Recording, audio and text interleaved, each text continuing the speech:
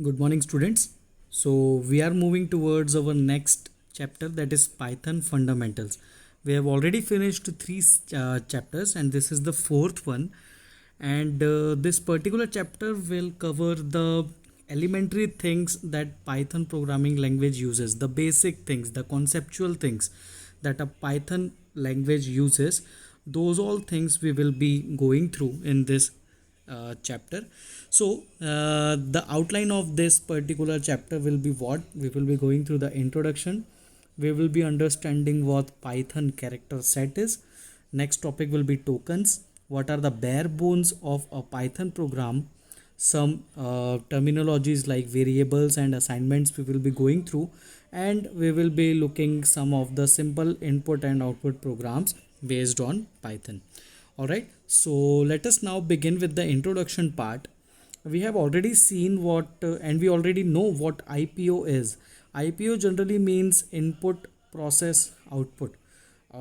This is something that we generally do in our daily life, like for an example, we can say that for a complete year you go on the study phase, and then for the process to get some output you are supposed to produce some output. So for a complete year what you studied was the input, the exam that you gave was the process, and the result that would be coming, so that would be your output.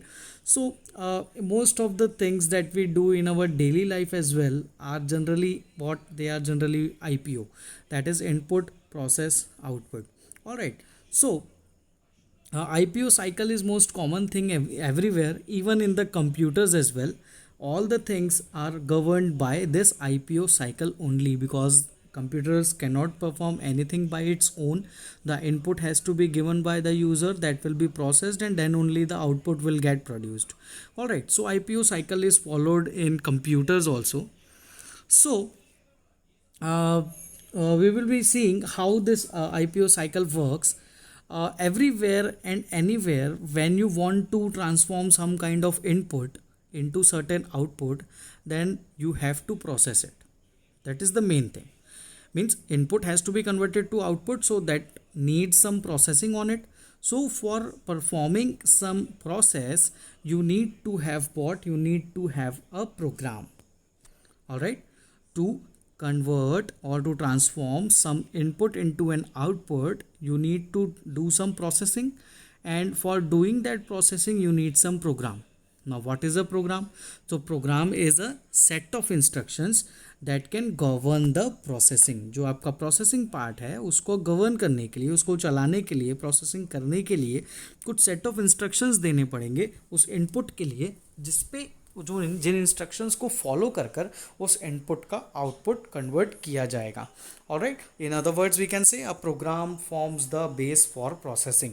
Programmes के बिना processing possible नहीं है, तो यहाँ पर हर एक processing करने के लिए प्रोग्राम्स की ज़रूरत पड़ती है. So in this chapter we shall be talking about all the elements that a Python program can contain. We will be learning about Python's basics like character set, token, expression, statement, simple input and output, etc. So are we all ready to take our first sincere step towards Python programming? And here we go. तो यहाँ पर थोड़ा सा इन्होंने एक ह्यूमरिस्टिक वे में बोला है कि आपका पहला सिंसियर स्टेप है towards Python programming, and here we go. हम अब उसको बिगिन करने वाले हैं. सो the very first thing that we will be going through is Python character set. Now what is Python character set? Let us understand this. हर एक language का, हर एक भाषा का कुछ उनके कैरेक्टर्स होते हैं. जैसे मैं अगर इंग्लिश की बात करूं तो इंग्लिश में ABCD से लेकर Z तक, तो ये एक कैरेक्टर सेट है. इन सारे कैरेक्टर्स का यूज़ करके ही इंग्लिश लैंग्वेज बनी है. सारे वर्ड्स, सारे sentences, everything that will be formed using this particular character set, that will be using this character set only, है ना. तो ये इस कैरेक्टर सेट का यूज़ करके ही बनी है. हिंदी की बात करूँ तो वहाँ पर भी अ आ इ ई क ख ग घ कुछ एक कैरेक्टर सेट है जिनका यूज़ कर कर आपकी हिंदी लैंग्वेज बनी है.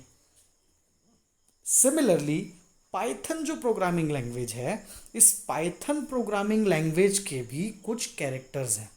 कुछ सेट ऑफ कैरेक्टर्स हैं जिनका यूज़ करके ये पाइथन प्रोग्रामिंग लैंग्वेज बनी है।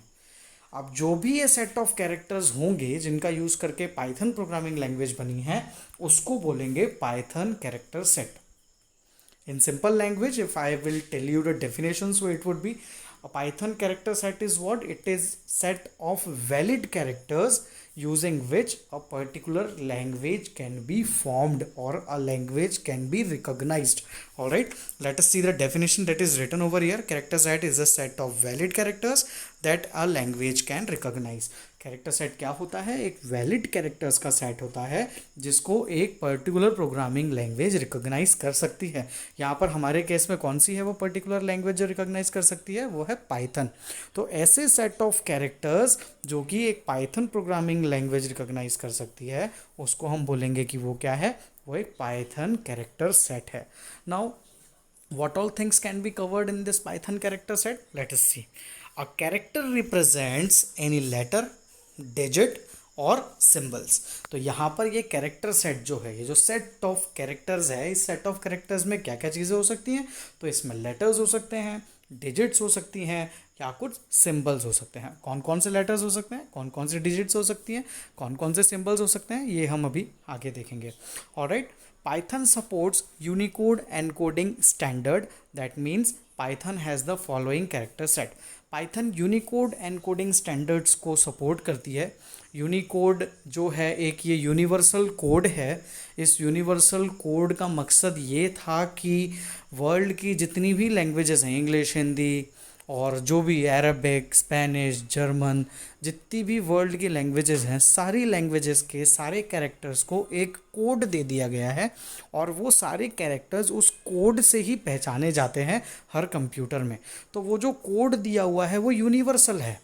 वो इंडिया में भी वही कोड है, बाहर भी यही कोड है। तो वो यूनिवर्सल कोड एक क्रिएट किया गया है, उसको बोला जाता है यूनिकोड। ऑलराइट, तो यहाँ पर ये जो पाइथन है ये यूनिकोड को सपोर्ट करती है, इसीलिए यहाँ पर कौन कौन से कैरेक्टर सेट्स हैं तो देखिए यहाँ पर लेटर्स में कौन कौन से लेटर्स आएंगे। तो यहाँ पर ए से जेड और ए से जेड दोनों में अंतर है। एक कैपिटल ए टू जेड है, एक स्मॉल ए टू जेड है, मतलब ये कैरेक्टर्स का सेट यहाँ पर यूज़ होता है। डिजिट्स कौन कौन सी पाइथन के अंदर यूज़ हो सकती हैं? तो डिजिट्स यूज़ हो सकती है 0 से लेकर 9 तक की। चलिए ठीक है, ये तो अच्छी बात है। सारे के सारे नंबर्स, सारे के सारे अल्फ़ाबेट्स यहाँ पर यूज़ होते हैं पाइथन प्रोग्रामिंग लैंग्वेज के अंदर।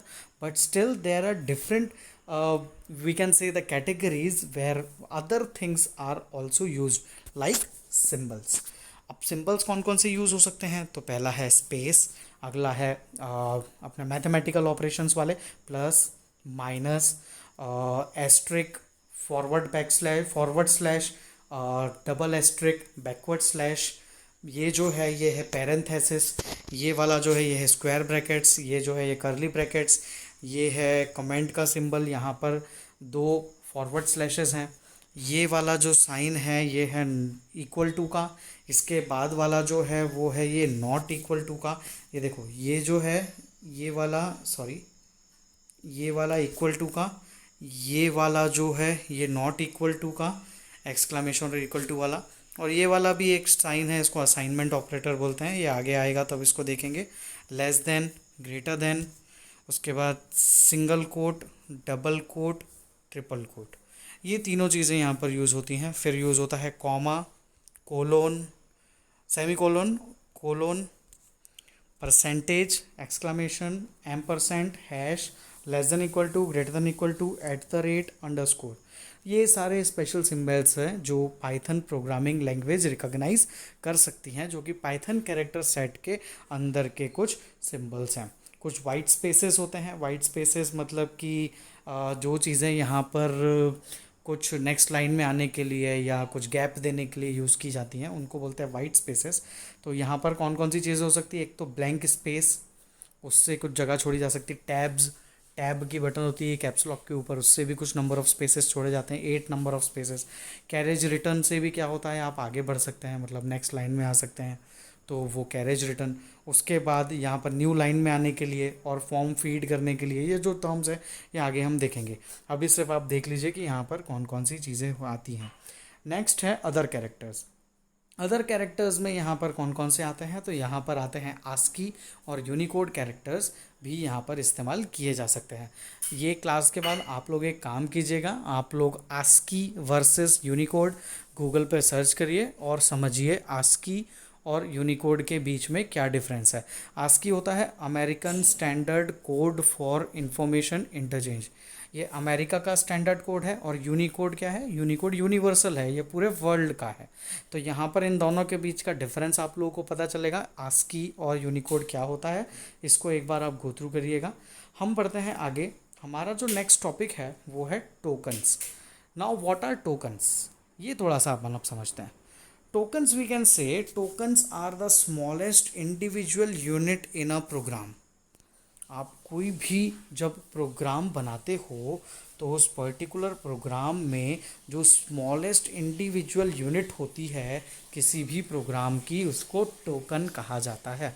डेफिनेशन याद रखना, स्मॉलेस्ट इंडिविजुअल यूनिट के साथ एक और वर्ड याद रख लो, स्मॉलेस्ट इंडिविजुअल मीनिंगफुल यूनिट, है ना, क्या मीनिंगफुल भी होना चाहिए। Smallest individual meaningful unit in a program is called token. अब यहाँ पर एक इन्होंने सेंटेंस दिया हुआ है, हम थोड़ा सा इसको समझने की कोशिश करते हैं। एक इंग्लिश का सेंटेंस है, hurray he exclaimed we are the world champions. तो यहाँ पर द लेक्सिकल यूनिट्स और tokens in an English sentence, here two types of token are used. The first one is words and the punctuation characters. यहाँ पर आप देखोगे ये जो सिंगल सिंगल वर्ड्स यूज़ करे हुए हैं, ये सारे के सारे वर्ड्स यहाँ पर क्या कहलाएंगे, ये टोकन्स हैं। अब ये टोकन्स है, ये जो साइंस है इनको भी हम उसमें काउंट करेंगे। ये जो टोकन्स हैं, यहाँ पर कौन से दो टोकन्स यूज़ किए हुए हैं इंग्लिश सेंटेंस बनाने के लिए। पहला तो है वर्ड्स, ये एक स्मॉलेस्ट मीनिंगफुल यूनिट है जो यहाँ पर यूज़ हुई है। और दूसरे हैं क्या, पंक्चुएशन मार्क्स, जो आप यहाँ पर देख सकते हैं। यहाँ पर ये एक्सक्लामेशन का मार्क लगा हुआ है, यहाँ पर इन्वर्टेड कॉमा का मार्क लगा हुआ है, कॉमा लगा हुआ है, फुल स्टॉप लगा हुआ है। तो ये सारे क्या हैं, ये सारे पंक्चुएशन मार्क्स हैं। पंक्चुएशन मार्क एक टोकन है, ये एक स्मॉलेस्ट इंडिविजुअल मीनिंगफुल यूनिट है, किसके लिए, इंग्लिश सेंटेंस के लिए। और दूसरा जो यहाँ पर यूज़ हुआ है वो है वर्ड्स। इन वर्ड्स का यूज़ करके और पंक्चुएशंस का यूज़ करके इंग्लिश लैंग्वेज का एक सेंटेंस बना है। तो यहाँ पर इस इंग्लिश लैंग्वेज के सेंटेंस को बनाने के लिए कौन कौन से टोकन्स यूज़ करे गए, मतलब कौन कौन सी smallest meaningful individual unit use करी गई। पहली तो यूज़ की गई वर्ड और दूसरे यूज़ किए गए पंक्चुएटर्स। सिमिलरली पाइथन में भी जब एक लाइन का कोड लिखें या हज़ारों लाइन का कोड लिखें, तो वहाँ पर भी जैसे यहाँ इंग्लिश लैंग्वेज में वर्ड्स और पंक्चुएटर्स थे जो कि टोकन्स की कैटेगरी है, सिमिलरली वहाँ पर पाइथन में लिखे जाने वाला जो कोड रहता है उसमें भी हर एक जो वर्ड होता है, हर एक जो एक छोटा छोटा इंडिविजुअल पार्ट होता है, वो भी कोई ना कोई टोकन कहलाता है। ये आपको समझना है, ठीक है, उसको भी एक टोकन कहा जाता है। आगे चलकर आपको ये सब अभी और क्लियर हो जाएगा। हम देखते हैं आगे। यहाँ पर उन्होंने एक पाइथन प्रोग्राम के थ्रू एग्जाम्पल यहाँ पर दिया हुआ है। देखो, एक पाइथन का सैम्पल प्रोग्राम है। ये जो चीज़ हैश के बाद लिखी हुई है, ये हैश के बाद जो ये इतना पार्ट लिखा हुआ है, ये एक कमेंट है। आपने HTML में देखा है कमेंट मतलब क्या, जो कि कंपाइलर या प्रोग्रामिंग लैंग्वेज रीड नहीं करती, उसको बोलते हैं कमेंट। यूज़र अपनी अंडरस्टैंडिंग के लिए लिखता है कमेंट को। तो यहाँ पर हैश के बाद जो भी चीज़ लिखी हुई है सिंगल लाइन में, वो एक कमेंट है। इसको पाइथन का इंटरप्रेटर रीड नहीं करेगा। तो कोडिंग कहाँ से स्टार्ट हो रही है, यहाँ से नेम इज इक्वल्स टू अन्या। एक इन्होंने नेम नाम का वेरिएबल ले लिया, जैसे अपन पिछली क्लास में ARR1 ARR2 ARR3 ऐसी वैल्यूज़ ले रहे थे ना। यहाँ पर इन्होंने नाम क्या दे दिया, नेम, और नेम की वैल्यू क्या दे दी, आन्या। अब आन्या जो है, इसमें आपको क्या दिख रहे हैं, कैरेक्टर्स दिख रहे हैं। इन कैरेक्टर्स से क्या बना है, एक वर्ड बना है। तो यहाँ पर हम वर्ड ना बोलकर एक टर्म बोलते हैं जो होती है स्ट्रिंग। यहाँ पर वर्ड ना बोलकर हम बोलते हैं स्ट्रिंग। स्ट्रिंग क्या होता है, स्ट्रिंग अलग अलग कैरेक्टर्स के सेट से फॉर्म होती है। तो क्या बोलेंगे, set of character is called a string. तो यहाँ पर ये स्ट्रिंग है। स्ट्रिंग को देखो आप, इन्वर्टेड कॉमा के अंदर लिखा हुआ है, तो स्ट्रिंग्स इन्वर्टेड कॉमा के अंदर लिखी जाती हैं। नेक्स्ट इन्होंने एक और यहाँ पर डिफाइन किया है एज। एज की वैल्यू क्या है, 15। 15 एक नंबर है, इन्वर्टेड कॉमा के अंदर, सॉरी, इन्वर्टेड कॉमा के अंदर उसको नहीं लिखा गया है क्योंकि वो एक नंबर है। स्ट्रिंग होती तो इन्वर्टेड कॉमा के अंदर लिखते। अगला दिया हुआ है एक और कंट्रीब्यूशन। कंट्रीब्यूशन की एक वैल्यू दी हुई है यहाँ पर, ये भी एक नंबर है, तो यहाँ पर भी देखोगे आप इन्वर्टेड कॉमा नहीं लगा हुआ है। टू बी वेरी स्पेसिफिक, ये एक स्ट्रिंग है, ये एक इंटीजर वैल्यू है, ठीक है, ये एक इंटीजर वैल्यू है। और उसके बाद ये जो आपका थर्ड वाला है, यहाँ पर ये जो लिखा हुआ है ये वाला, इसमें डेसिमल वैल्यू कवर हुई है, तो ये क्या है, ये आपकी एक फ्लोट वैल्यू है। फ्लोट का मतलब होता है डेसिमल वाली वैल्यूज़, इंटीजर का मतलब होता है होल नंबर्स जहाँ पर डेसिमल वैल्यूज़ नहीं आती, ठीक है। तो यहाँ पर 3 अलग अलग तरीके के डेटा टाइप यहाँ पर यूज़ करे हुए हैं। पहला जो है वो है स्ट्रिंग, दूसरा जो है वो है इंटीजर, तीसरा जो है वो है फ्लोट। यहाँ पर इन्होंने लिख कर भी बताया हुआ है वो क्या है। अब देखिए यहाँ पर इन्होंने क्या किया, यहाँ पर थोड़ा सा समझना, ये एक पहला बहुत बेसिक सा प्रोग्राम है जो यहाँ पर इन्होंने समझाया हुआ है। यहाँ पर इन्होंने यूज़ किया है प्रिंट फंक्शन। प्रिंट फंक्शन हमने पहले की क्लासेस में भी देखा है। प्रिंट फंक्शन में क्या होता है, प्रिंट फंक्शन में जो भी चीज़ प्रिंट करनी होती है हम उसको लिख देते हैं और पाइथन प्रोग्राम उसको प्रिंट कर देता है, ठीक है। अब यहाँ पर देखिए, अभी तक मैंने आपको क्या बोला था, प्रिंट फंक्शन के अंदर सारी चीज़ें इन्वर्टेड कॉमा के अंदर लिखी जाती हैं। बट अगर आप यहाँ पर देखेंगे तो ये इन्वर्टेड कॉमा में नहीं लिखा है, ये इन्वर्टेड कॉमा में नहीं लिखा है, और ये इन्वर्टेड कॉमा में नहीं लिखा है। मतलब अब समझिए मैंने क्या बोला था, प्रिंट फंक्शन के अंदर जो भी चीज़ इन्वर्टेड कॉमा के अंदर लिखी जाती है वो चीज़ एज इट इज़ प्रिंट हो जाती है, ठीक है। इन्वर्टेड कॉमा के अंदर लिखी जाने वाली चीज़ प्रिंट फंक्शन के अंदर एज इट इज़ प्रिंट हो जाती है। बट यहाँ पर मैंने ये जो है ये और ये इन्वर्टेड कॉमा के अंदर नहीं लिखा है, मतलब ये एज इट इज़ प्रिंट नहीं होगी। तो यहाँ पर क्या प्रिंट होगा, यहाँ पर इस पर्टिकुलर नेम के रेफरेंस में जो चीज़ आपने ले रखी है वो प्रिंट होगी। तो यहाँ पर देखिए सबसे पहले नेम लिखा हुआ है, अपन समझते हैं। यहाँ पर क्या लिखा हुआ है, नेम। तो सबसे पहले नेम की वैल्यू क्या है, आन्या। तो यहाँ पर आपका प्रिंट होगा पहले आन्या। आन्या के बाद लिखा हुआ है एजिड। अब एजिड इन्वर्टेड कॉमा के अंदर लिखा हुआ है तो पक्की बात है जो चीज़ इन्वर्टेड कॉमा के अंदर लिखते हैं वो एज इट इज़ प्रिंट होती है, तो ये एज इट इज़ प्रिंट हो जाएगा आन्या एजेड। अब फिर कॉमा लगा हुआ है, फिर लिखा हुआ है एज। अब एज इन्वर्टेड कॉमा में नहीं लिखा तो एज की यहाँ पर वैल्यू क्या लिखी हुई है, 15। तो यहाँ पर प्रिंट होगा आन्या एजेड 15। फिर लिखा हुआ है हैज़ कॉन्ट्रीब्यूटेड, तो has contributed as it is आ जाएगा यहाँ पर क्योंकि वो इन्वर्टेड कॉमा के अंदर लिखा हुआ है। हैज़ कॉन्ट्रीब्यूटेड, फिर कॉमा लगा हुआ है, फिर कॉन्ट्रीब्यूशन लिखा हुआ है जो कि इन्वर्टेड कॉमा के अंदर नहीं है, तो यहाँ पर आ जाएगा 710.75, ठीक है, 710.75। तो यहाँ पर क्या हुआ, आंसर क्या प्रिंट हुआ, आन्या एजेड 15 हैज़ कॉन्ट्रीब्यूटेड 710.75। तो यहाँ पर इन्होंने कुछ वैल्यूज़ यहाँ से पिक करी और कुछ values as it is print करी। आप देख पा रहे हैं, आप समझ पा रहे होंगे। प्रिंट फंक्शन के अंदर मैं थोड़ा सा और आपको एक बार फिर से समझाने की कोशिश करता हूँ। प्रिंट फंक्शन के अंदर इन्वर्टेड कॉमा में लिखी जाने वाली चीज़ एज इट इज़ प्रिंट होती है, और जो चीज़ यहाँ पर एज इट इज़ प्रिंट नहीं करनी थी उसमें कुछ रेफरेंस लेना था, तो यहाँ पर आपने उसको इन्वर्टेड कॉमा में प्रिंट नहीं किया है, आपने उसको इन्वर्टेड कॉमा में प्रिंट नहीं किया है। जब आपने उसको इन्वर्टेड कॉमा में प्रिंट नहीं किया है तो वो उनकी वैल्यूज़ यहाँ से पिक करेगा, ऊपर से पिक करेगा, ठीक है। तो वो यहाँ पर ये एक इन्होंने बेसिक पाइथन प्रोग्राम समझाया हुआ है। आप इस प्रोग्राम को एक बार और देखना और समझना। अब देखो यहाँ पर इन्होंने एक और चीज़ बता दी। यहाँ पर अब ये सारी की सारी चीज़ें इस पर्टिकुलर प्रोग्राम में यूज़ हुई हैं, ये सारे के सारे टोकन्स हैं। ये टोकन है, ये टोकन है, ये टोकन है, ये इक्वल टू टोकन है, ये भी टोकन है, कंट्रीब्यूशन टोकन है, इक्वल टू टोकन है, 710.75 टोकन है, प्रिंट टोकन है, फंक्शन का साइन टोकन है, नेम टोकन है, एजेड टोकन है, कॉमा टोकन है, ये इन्वर्टेड कॉमा में लिखा हुआ ये सब टोकन है, कॉमा टोकन है, कंट्रीब्यूशन टोकन है। तो ये सारी की सारी चीज़ें क्या है, टोकन्स हैं।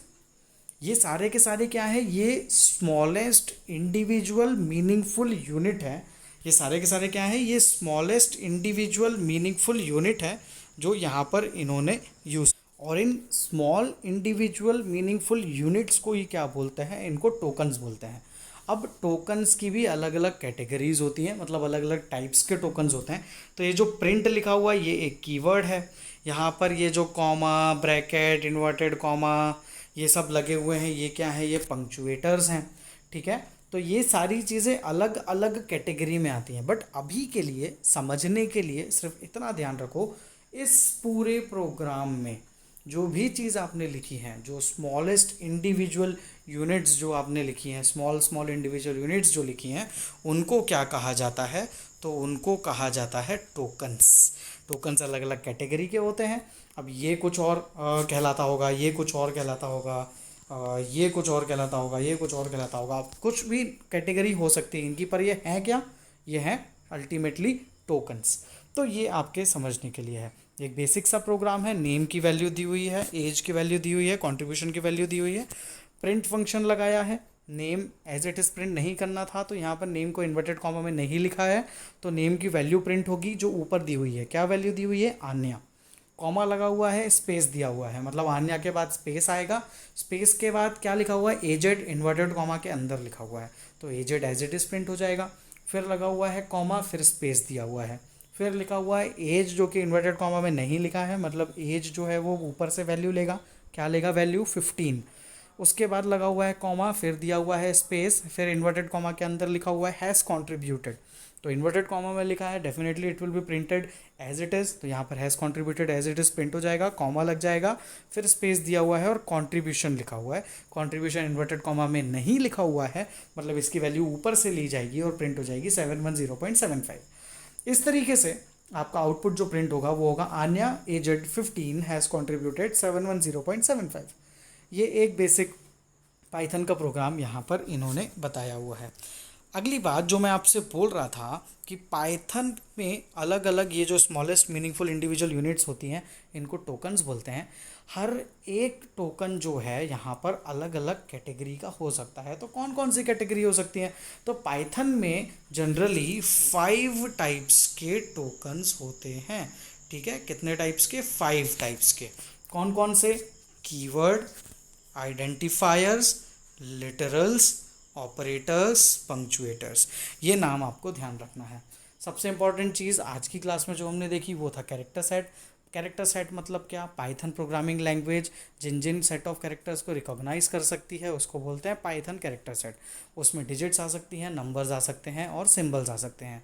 ये यूनिकोड को समझता है, तो यहाँ पर ए से लेकर जेड तक स्मॉल लेटर और कैपिटल लेटर दोनों यूज़ कर सकते हो।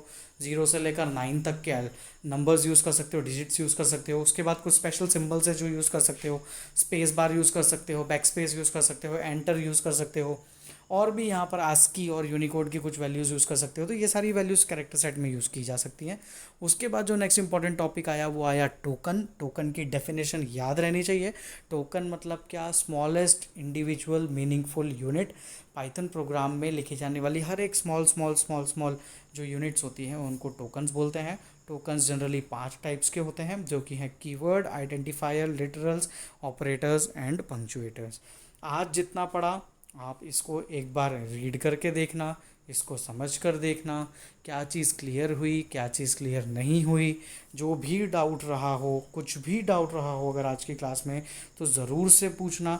अभी से डाउट्स आना नहीं चाहिए, सारे डाउट्स आपके क्लियर रहना चाहिए। ये जो प्रोग्राम अभी आपको स्क्रीन पे दिख रहा है इसको भी समझ कर देखना, क्या ये समझ में आया। अगर आया तो वेल एंड गुड, नहीं आया तो क्या समझ में नहीं आया, ये भी आप लोगों को मुझसे पूछना है। आज की क्लास के लिए इतना ही। आप लोगों को ये जो पर्टिकुलर चैप्टर की PDF है ये इस वीडियो के डिस्क्रिप्शन में मिल जाएगी, वहाँ से आप लोग इसको डाउनलोड करके रख लीजिएगा। ठीक है, तो आपसे नेक्स्ट क्लास में मिलते हैं। And most importantly best wishes for your results, hope for the best. अच्छा ही होगा, पढ़ाई की है, अच्छे से पढ़ा था, रिजल्ट भी अच्छा ही आना है। Alright, okay students, see you in the next class. Thank you.